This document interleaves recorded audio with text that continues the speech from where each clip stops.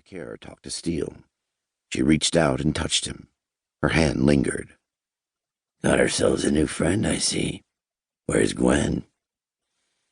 He scanned building to building, looking for the long, blonde-haired Gwen. He settled on one blonde woman, but she looked too old. He rubbed his eyes. Even with the magnification of his optic, it still wasn't clear. Where is that crazy girl? He shifted his optic back to Steele. Now he spoke with a fat biker. Made some new friends? He wanted to smile at his old friend, wondering what he was saying. He wondered if Steele was acting all serious, like everything was business as usual. He shook the emotion away and remembered why he was there. The sight left a bitter taste in his mouth. Sir, what should we report? Mauser pulled his head back. Jesus, Vaughn, fucking settle down. We're running a reconnaissance op, not running home to tattle to Daddy. A group of 6 bikers rolled their motorcycles toward the edge of town. Mauser tracked them. What better report than from the cat's mouth itself? Mauser tapped Vaughn, and they both crawled, elbow over elbow, until they had sufficient tree cover. He stood up and slung his M24, then picked up his Special Operations Forces Combat Assault Rifle 17, also known as a Scar H or Scar Heavy, that shot 7.62 by 51 millimeter NATO rounds. He brushed himself off. The 6 soldiers of his squad stood about in a wooded clearing. His men wore helmets in the brown, green, and gray camouflage of the Army combat uniforms. Specialist Brown's ACU jacket was unbuttoned, revealing a surprising gut. He held his M4 carbine casually across his shoulders. Corporal Jarvis was over 6 feet tall and fiddled with a necklace of rotting, graying fingers around his neck, claiming it was some sort of good luck charm, but all Mauser got from it was the putrid stink of decomposing flesh. 2 Humvees sat parked nearby in a 2-lane track that had taken them up onto the tiny hill and provided them a small vantage over Pentwater.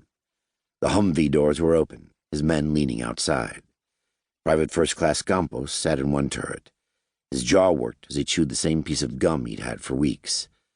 Private Lowe stood in the other turret, his head tilted downward and his chin on his chest. He appeared to be napping with his M2 50 caliber machine gun pointing toward the sky. Red-haired Sergeant Yates leaned against a Humvee, his M4 carbine resting on the ground. His massive forearms covered his chest. A single low moan drifted up through the trees behind the Humvees.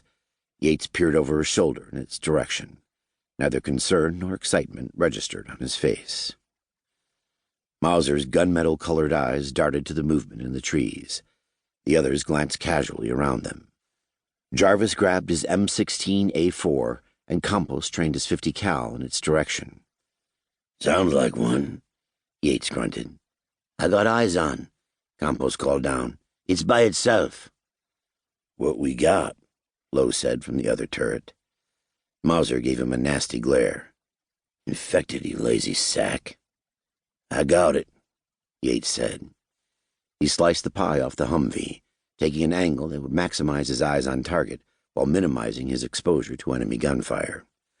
Mauser wasn't sure of its usefulness against the dead, but it never hurt to keep your tactics sharp. The lone infected emerged from the trees.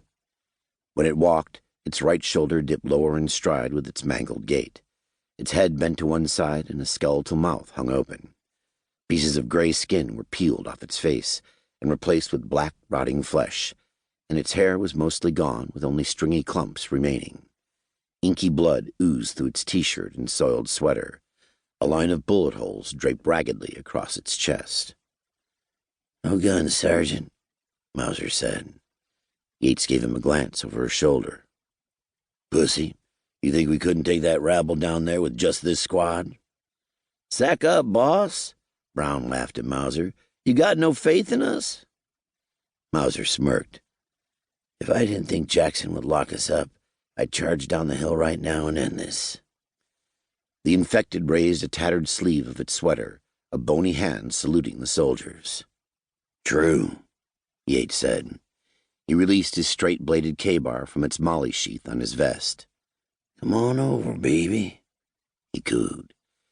He waved, extended his hand, and goaded the infected on. Let Daddy release you from your misery. The infected dragged closer, and Yates struck